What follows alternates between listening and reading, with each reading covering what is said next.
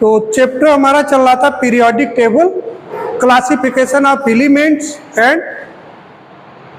अरे आज आप भी आए हो, बहुत बढ़िया बात है। अरे कमाल कर दिया, धन्य हो प्रभु, आ गए। ऐसे मौके कभी कभी मिलते हैं ऐसे लोगों के दर्शन करने के। ठीक है, तो कल क्या क्या चीजें हो गई थी, थोड़ी सी बात कर लें, बताओ।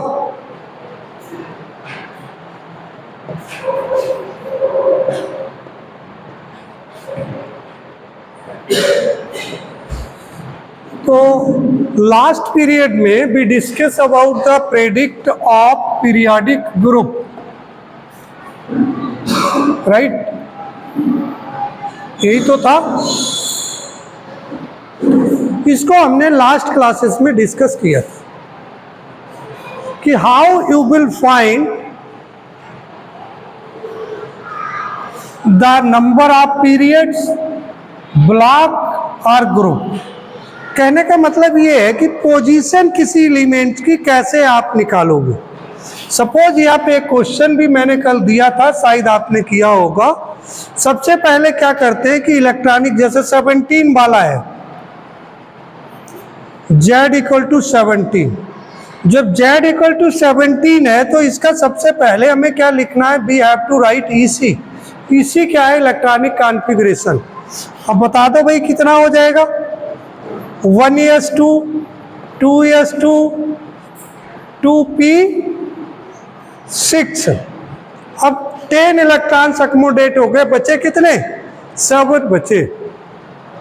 अब क्या हो जाएगा, 3s2 और 2p5। अब जो 17 वाला है ये एलिमेंट किस में है,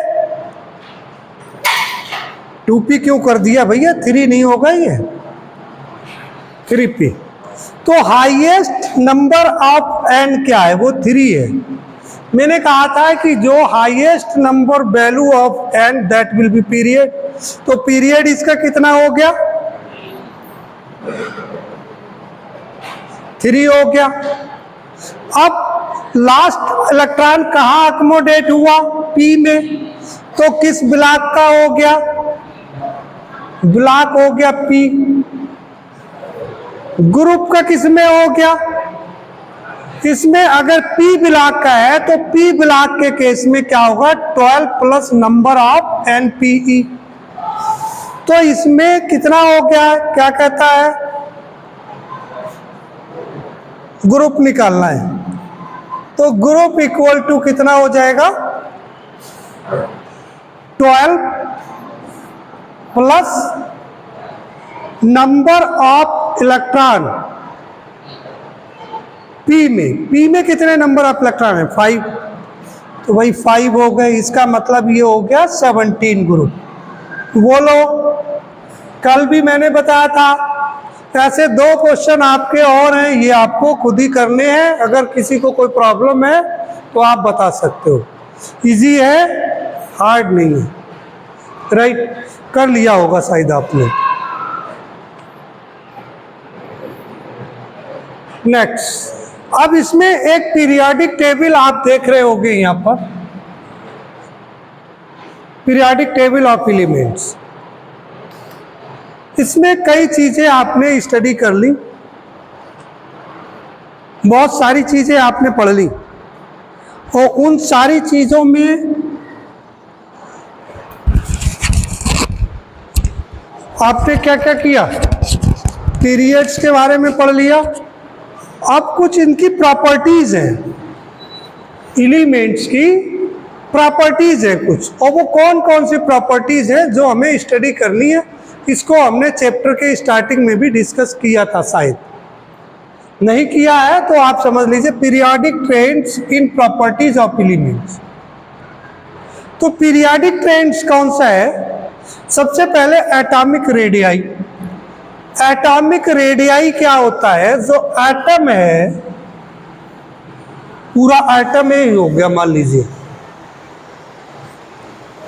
और इसका हाफ ये पार्ट, इसका मतलब यहाँ से यहाँ तक की जो डिस्टेंस है, मैथ्स में पड़ी होगी रेडियस, तो यहाँ पर क्या हो गया, रेडियस ये हो गया, समझ गए होंगे, नहीं समझे, तो एटॉमिक रेडियाई हो गया। दूसरा कहता है, अब इसमें क्या है, also called atomic size, atomic radii को एटॉमिक साइज भी कह देते हैं।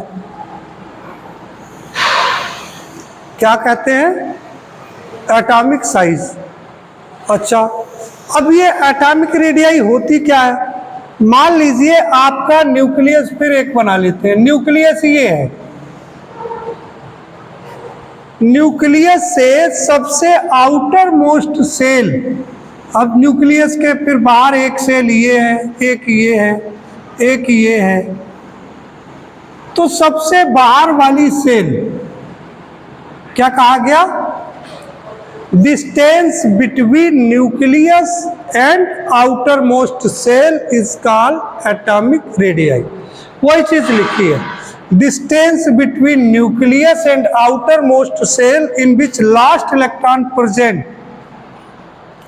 ठीक है, क्या कहेंगे, एटॉमिक रेडियाई कहेंगे, या एटॉमिक साइज तो अलग चीज है।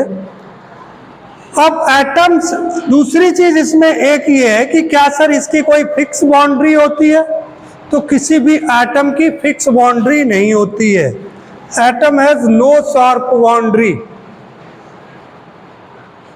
कोई फिक्स नहीं होती है, कोई शार्प बाउंड्री नहीं होती है। Exact value of radii can not be find और डिटरमाइंड, इसकी एग्जैक्ट वैल्यू जो है वो फाइंड नहीं की जा सकती है और डिटरमाइन नहीं की जा सकती है। दूसरा क्या कहा गया है, अकॉर्डिंग टू प्रोबेबिलिटी कंसेप्ट, एक प्रोबेबिलिटी कंसेप्ट है किसका, इलेक्ट्रॉन को फाइंड करने का प्रोबेबिलिटी कंसेप्ट है, उसके अकॉर्डिंग क्या है, probability of finding electron even at large distance from nucleus is never zero. कहता बहुत लंबी डिस्टेंस पर भी, जैसे यहाँ पर है तो यहाँ से ज़्यादा डिस्टेंस पर भी ये इसकी जो प्रोबेबिलिटी है इलेक्ट्रॉन फाइंड की वो जीरो नहीं हो सकती। इसका मतलब इलेक्ट्रॉन और ज़्यादा डिस्टेंस पर भी हो सकता है। समझ गए आप, पॉइंट क्लियर है। It is not possible to isolate an item, कोई आइटम है, उस आइटम को आइसोलेट करना पॉसिबल नहीं है। आप कहो कि हमारे पास आयरन आपने अलग निकाल ली और आयरन से कोई एक आइटम आपको निकालना है, तो ये बहुत पॉसिबल नहीं है। समझ गए। दूसरा, size of atom affected by never and side item atmosphere. अच्छा, अब जो साइज है एटम का उसको कौन कौन अफेक्ट करता है, एक तो उसका पड़ोसी, ठीक है, मान लीजिए आप का खेत है इस रोड पे, एक आपका पड़ोसी इधर है और एक इधर है और आप यहाँ पे हो। अब ये पड़ोसी रोज क्या करता है, ये थोड़ी थोड़ी सी जो बाउंड्री आपके खेत है इसको कहते हैं मेड़ कहते हैं ना, तो इसको रोज काटता है और धीरे धीरे धीरे धीरे करके क्या कर रहा है, इधर वाला भी काट रहा है। तो आपके प्लाट का जो साइज है, आपके खेत का जो साइज है वो धीरे धीरे कैसा होता जाएगा, कम होता जाएगा। तो ये नेवर पे भी अगर वो ज़्यादा उसको प्रेशर दे रहा है और उसको ज़्यादा प्रेस कर रहा है तो क्या होगा, उसका साइज ऑटोमेटिकली कम हो जाएगा। दूसरा कहता है, ये यहाँ पर साइड लिखा है, साइड नहीं होगा बेटा, साइज होगा, साइज ऑफ आइटम। अब आइटम का साइज क्या है इस पे भी डिपेंड करता है। जैसे लिथियम का साइज छोटा होगा, सोडियम का बड़ा होगा, पोटेशियम का और बड़ा होगा, ठीक है ना। तो इस टाइप से साइज पे भी डिपेंड करता है। दूसरा एटमॉस्फेयर, कैसे एटमॉस्फेयर में रह रहा है ना। बच्चों से क्या कहा जाता है कि भैया कभी ऐसे बच्चे के साथ मत बैठो जिसकी आउटपुट बहुत कम है, जीरो है, क्योंकि नहीं तो वो आपकी तरह बना लेगा। तो हमेशा अच्छे बच्चों की आउटपुट में बैठना चाहिए, समझ गए। तो इसे क्या कहते हैं, एटमॉस्फेयर, क्योंकि वो आपको अपनी बातों में लगा लेगा, क्योंकि उसको मजा दूसरी दुनिया में है, तो आपके काम से वो परे कर देगा। अब जैसे ये भैया जी हैं, क्या नाम है आपका बेटा? अरे आप कार्तिक सिट डाउन। अब इनका नाम कार्तिक है, अब तुम इनसे दोस्ती कर लो, तो ये क्या कहेंगे, यार स्कूल में क्या ही फायदा है, क्यों ही जाना है। कभी कभी जाओ यार, मैं जाता हूँ कभी कभी, ऐसे ही दर्शन दिखा देता हूँ। जब घर में मन नहीं लगता है तो चला जाता हूँ। एक वो गीत है ना कुछ, जब मन न लगे दिलदार तो मेरी गली आ जाना, कुछ ऐसा है नहीं है। तो वो गीत इन्हीं के ऊपर लिखा गया, जब मन न लगे दिलदार तो मेरे स्कूल आ जाना। ये तभी स्कूल आते हैं बेचारे, घर में जब तक मन लगता रहता है तब तक स्कूल नहीं आते हैं। किसी दिन मन हुआ कि नहीं अब मनोरंजन करने चल के स्कूल में, तो आ गए बेचारे, है ना। तो ऐसी चीजें भी ध्यान में रखनी है। तो ये पड़ोसी भी एटमॉस्फेयर इनका फिर खराब हो गया। अब इनका दोष नहीं, इनका जो एटमॉस्फेयर जिसमें ये रह रहे, जिस एटमॉस्फेयर में अब तक ये रहे हैं, वो एटमॉस्फेयर इसी टाइप का था, जिसने कभी स्कूल को वैल्यूएट किया ही नहीं कर रहे हैं, ये भी वही एटमॉस्फेयर में रहे। तो ये एटमॉस्फेयर भी इसको अफेक्टेड करता है, किसको, साइज ऑफ एटम। ठीक है, मैंने कई तरीकों से समझा दिया। Size of atom also depends on type of boundary state.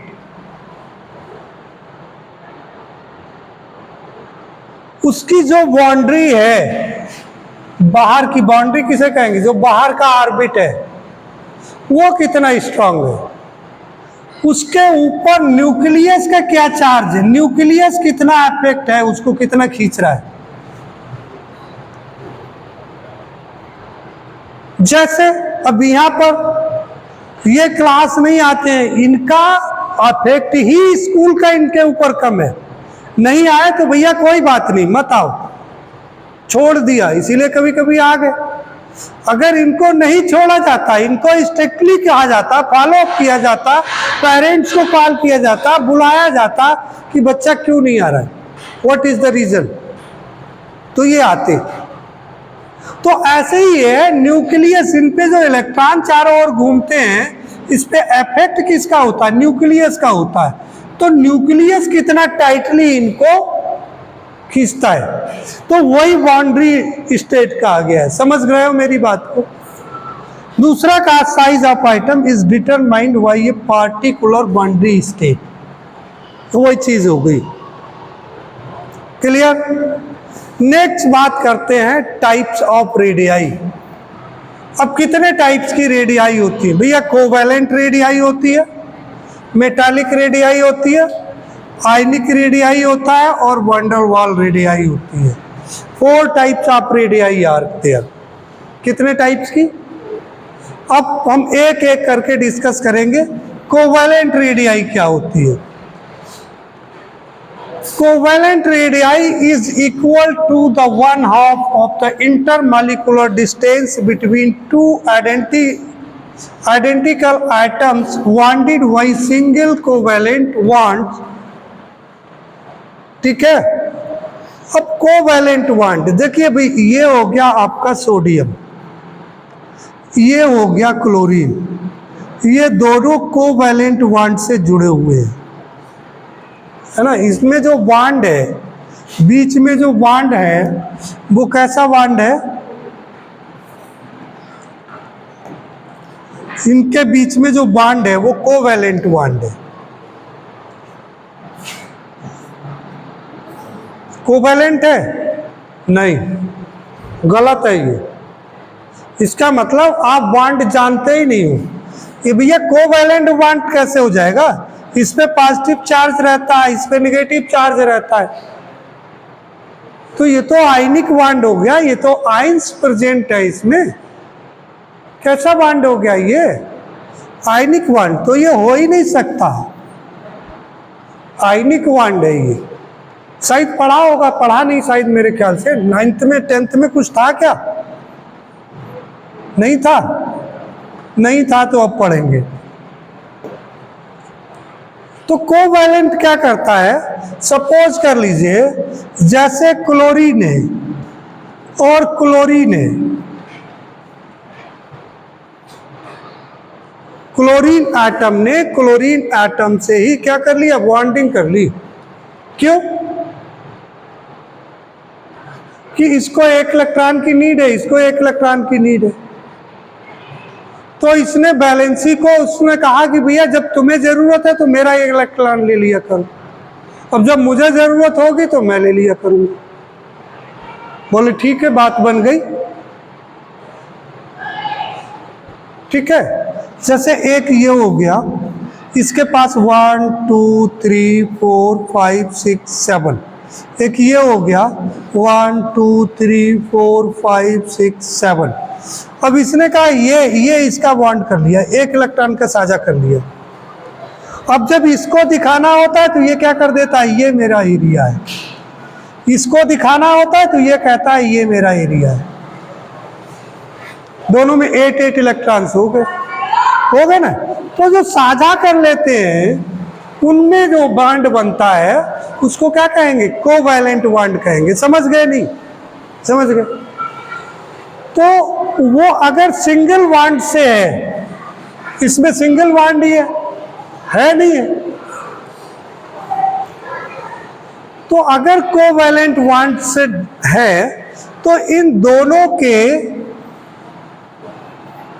Distance, तो कहता है covalent radii is equal to 1/2 of the intermolecular distance. तो ये इंटरमॉलिक्यूलर डिस्टेंस क्या होगा? एक मॉलिक्यूल इंटरमॉलिक्यूलर डिस्टेंस बोलो।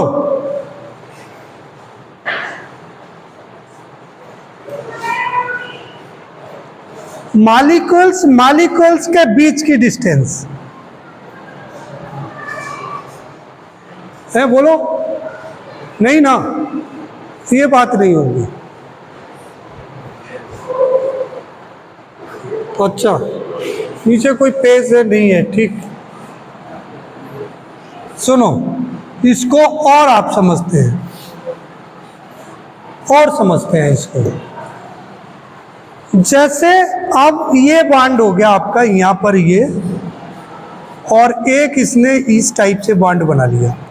इसका न्यूक्लियस ये है, इसका न्यूक्लियस ये है। समझ रहे हो? ये कहना क्या चाह रहा है? इंटरमॉलिक्यूलर डिस्टेंस कौन सी कहलाएगी भैया? ये वाली।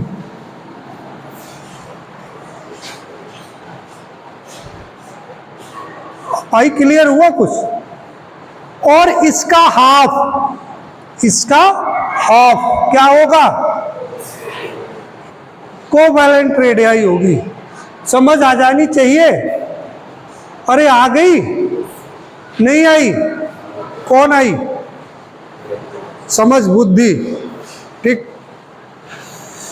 तो देखो, कोवैलेंट बॉन्ड इन होमोन्यूक्लियर अब दो टाइप का हो गया। एक तो होमोन्यूक्लियर का मतलब हमने आपको बता दिया, ये क्लोरीन था, ये क्लोरीन था, ये होमोन्यूक्लियर हो गया, जिसमें न्यूक्लियस दोनों एटम्स का सेम हो। दोनों एटम्स का न्यूक्लियस कैसा हो? एक जैसा हो, तो वो क्या कहलाएगा? होमोन्यूक्लियर कहलाएगा। समझ गए?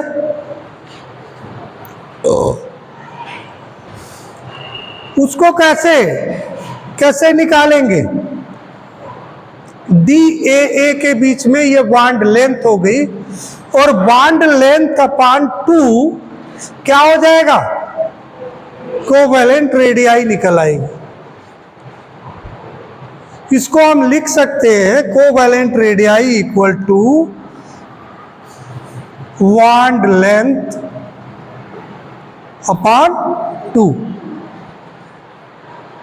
तो so we can say covalent radii is the half of the bond length in the homonuclear molecules. We can say, लिख सकते हैं, कह सकते हैं। क्लियर? आगे देखिए, दूसरा पीरियड ओवर हो गया। नेक्स्ट है हेट्रोन्यूक्लियर मॉलिक्यूल्स। हेट्रोन्यूक्लियर मॉलिक्यूल्स क्या हो गया? जैसे AB हो गया। सपोज कर लीजिए यहां पर हमने CH ले लिया, बोलो हेट्रोन्यूक्लियर हो गया, क्योंकि यहां कार्बन है वहां पे हाइड्रोजन है। समझ गया ना? अगर सेम नहीं होता, जैसे यहां पे दिखाया गया AB करके दिखाया गया, राइट? तो इसमें जो बॉन्ड लेंथ होगी वो DA माइनस DB होगी। तो क्या हो जाएगा इसमें? DAB माइनस नहीं है, DA और DB ये चीज है यहाँ पर। DAB बॉन्ड लेंथ हो गई। ये इसमें क्या होगा? RA और RB। मतलब समझ रहे हो? क्योंकि इसकी जो एटॉमिक रेडियाई अलग होगी और इसकी एटॉमिक रेडियाई ये होगी। अब इसकी रेडियस कितनी है और इसकी कितनी है, दोनों को हम ऐड कर लेंगे। वही लिखा है ना, रेडियस ऑफ और ए और रेडियस ऑफ और बी माइनस 0.09 AeB। ये भी इसमें फार्मूला में लिखा जाएगा। अच्छा, आप कहोगे डेल्टा EN क्या है sir? Where delta EN is electronegativity difference। ये इलेक्ट्रोनेगेटिविटी डिफरेंस है। क्या है? Electronegativity difference. इसमें हम इस फार्मूले में लगा करके क्या निकालेंगे? हेट्रोन्यूक्लियर मॉलिक्यूल्स में क्या निकाल लेंगे? कोवैलेंट रेडियाई फाइंड आउट कर लेंगे।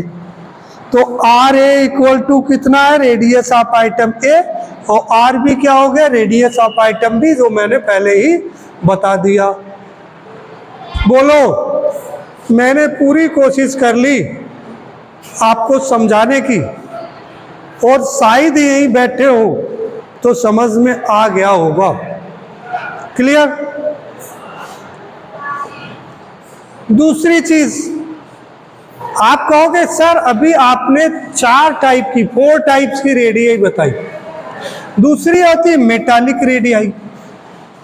अब मेटालिक रेडियाई क्या होती है? 1/2 of the internuclear distance between the two adjacent metals ions in the metallic lattice। अगर मेटालिक लैटिक में जैसे सोडियम है, सोडियम का स्ट्रक्चर आपने शायद 9th 10th में कुछ इसी टाइप से पढ़ा होगा। वो कुछ ऐसे करके बना हुआ था, यहाँ सोडियम कुछ लिखा था, यहाँ लिखा था, बीच में ऐसे लिखा था, कुछ इस टाइप से लिखा था ना, वो ऐसे करके ऐड करके था नहीं था? तो वो क्या है? एक लैटिस है। ये सारे एक लैटिस में जुड़े रहते हैं एक दूसरे से। तो जो 2 एडजेसेंट मेटल आयंस होते हैं, मान लीजिए Fe का एक आयन ये है, एक Fe का आयन ये है, 2 पॉजिटिव होगा यहाँ पर। अरे बढ़िया नहीं बना, Fe 2 पॉजिटिव और Fe 2 पॉजिटिव। ये दो हैं, एक ये। तो इनका क्या होगा, ये दोनों एडजेसेंट हो गए मेटल आइंस, तो इनका क्या हो गया, 1/2 of their inter nuclear distance. इसका न्यूक्लियर ये न्यूक्लियस, इसका न्यूक्लियस ये इंटर न्यूक्लियस डिस्टेंस का हाफ क्या कहलाएगा, मेटालिक रेडियाई कहलाएगा। मुझे लगता है समझ में आ जाना चाहिए, आ गया। फिर वांडर वाल रेडियस, इसको नेक्स्ट क्लास में हम बात करेंगे, डिस्कस करेंगे नेक्स्ट क्लास में। अच्छा, इसको रिवीजन करना बहुत ज़रूरी है। देखो, जो बच्चे रिवीजन करते हैं उनके लिए सारी चीज़ें बहुत इजी हो जाती हैं। आजकल की एक चीज़ मैं आपको बता दूं थोड़ी सी लास्ट में, बहुत ज़रूरी चीज़ है आपको जानना। आज का जो टाइम हो गया ना 12th में, अगर 80% से बिलो आते हैं मार्क्स, बिलो मार्क्स आते हैं, 80% से बिलो मार्क्स आते हैं, तो उसको वीक स्टूडेंट्स कहते हैं, भाई बहुत अच्छा नहीं रहा होगा। और 80 to 90 अगर आते हैं तो ये कैटेगरी में आता है एवरेज। आज परिभाषा चेंज हो गई, उसको एवरेज स्टूडेंट मानते हैं।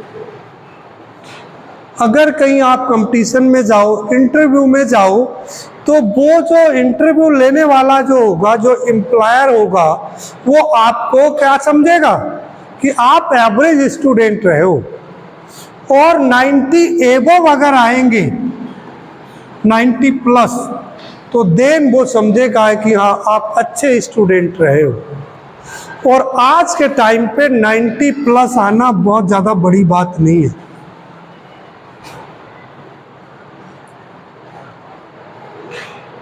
अब होता क्या है कि बच्चा करता क्या है, आप लोग करते क्या हो कि आज तो हमने पढ़ लिया, आज कौन से एग्जाम होने वाला है, 11th का बोर्ड एग्जाम थोड़ी हो, पास हो ही जाएंगे शोर सिफारिश करके।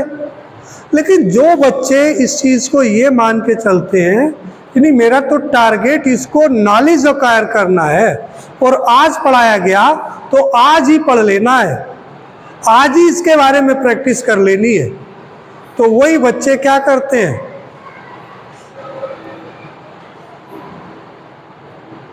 IIT और NIT वगैरह उन्हीं बच्चों को मिलती है। तो कल पे डिपेंड करते हैं ना, उनको नहीं, या नीट वगैरह वही क्रॉस करते हैं।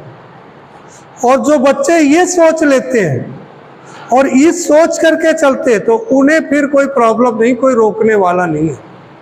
इसलिए समझो, लेकिन हाँ ऐसे काम नहीं चलेगा कि कभी शक्ल दिखा दी, कभी नहीं, कभी मन हुआ तो पढ़ लिया, कभी नहीं।